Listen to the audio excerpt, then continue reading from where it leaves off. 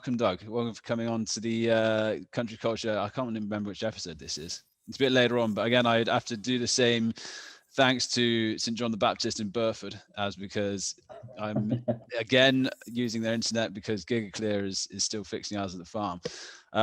So down there now, but today thanks for inviting me, Elliot. I really appreciate it. That's all right. Yeah, I mean, today we're going to be, you're going to be speaking on a few issues which are close to your heart. We've got bees, and you are a speaker for Greenpeace, but you're not speaking for Greenpeace today. No.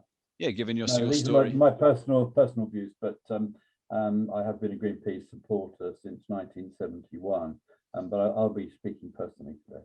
Sure.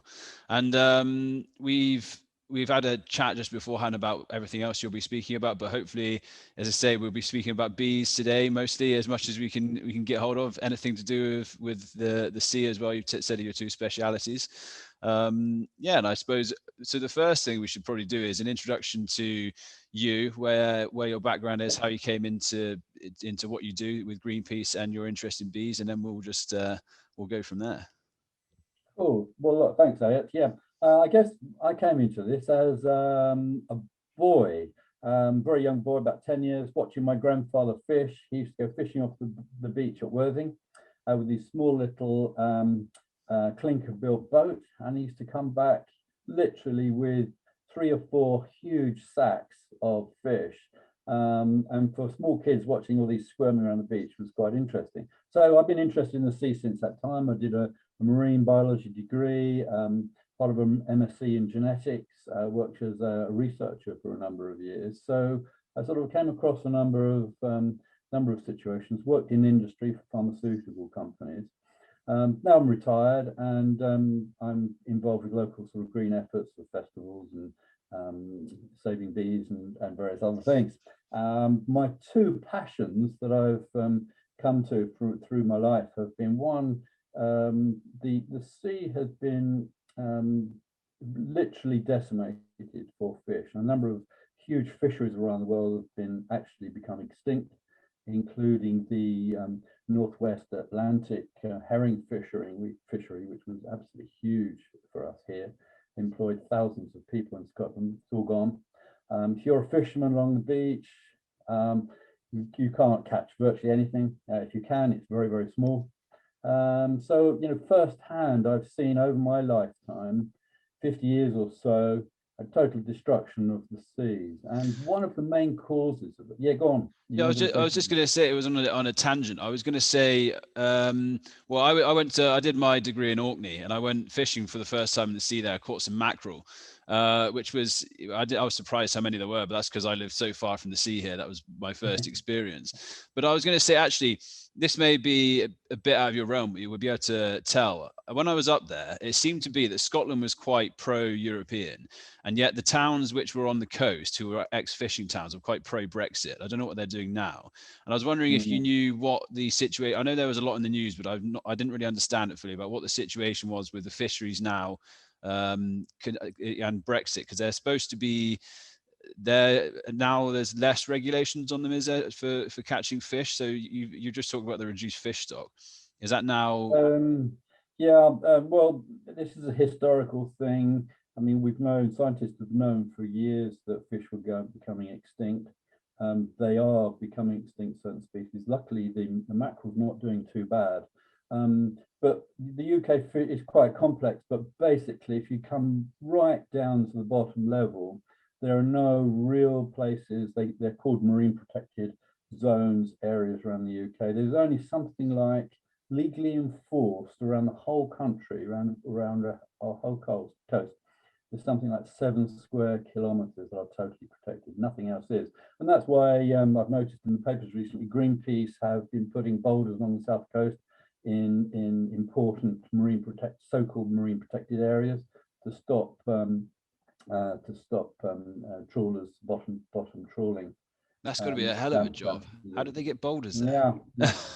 Well, they have. If you Google Greenpeace and boulders and marine protected areas, you'll see that's what they've been doing around the coast. Yeah, is it with a boat or what? You just drag it with a boat? Well, they've got 4 ships. They've got 4 ships, and one of them has been involved with taking very large boulders, probably half the size of me, and dropping them in these marine protected areas to stop them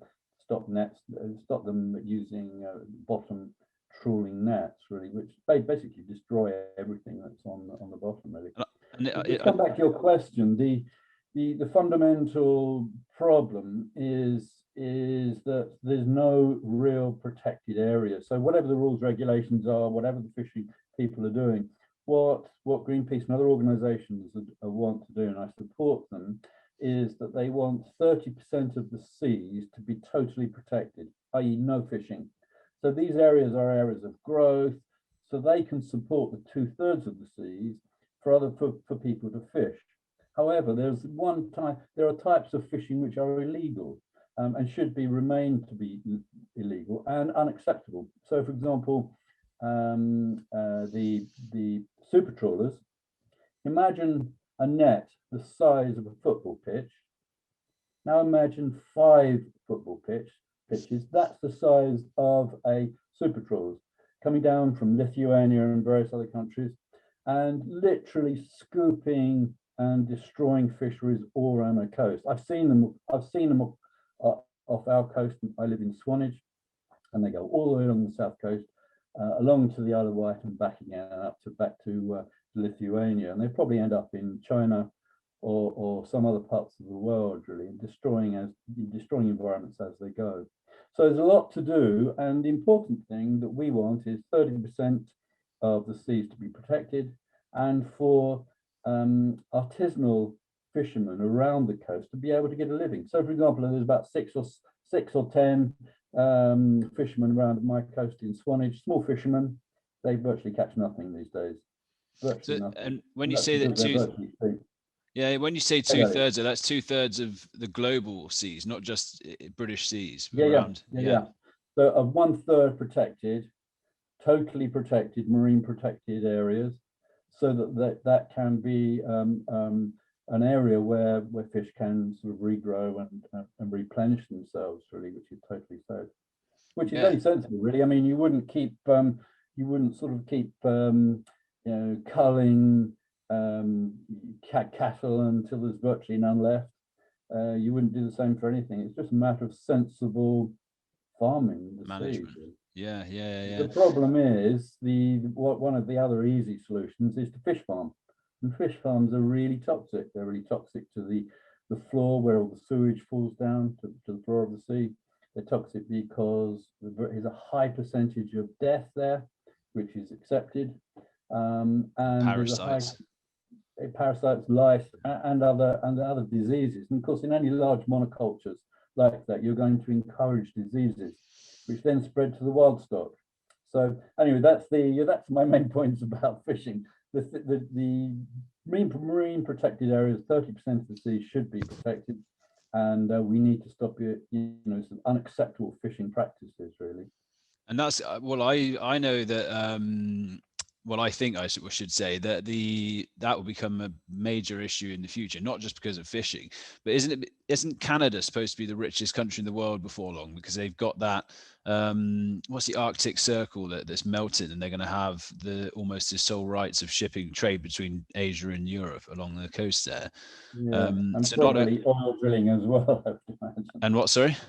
And oil drilling as well will be an important, and mining. Sort of undersea mining is another important damaging effect of these things as well. Yeah, it's one of those things. I mean, that combined with the fact that there seems to be, I mean, as you've said, there seems to be a lack of management of the oceans, I think would be a big conflict point in the future, because not only is there going to be a conflict between Russia and Canada over that strait, as well as the rest of the world between the fish stocks. That's my opinion, but I don't know what you can do about it, because I know very little about it as much as it goes.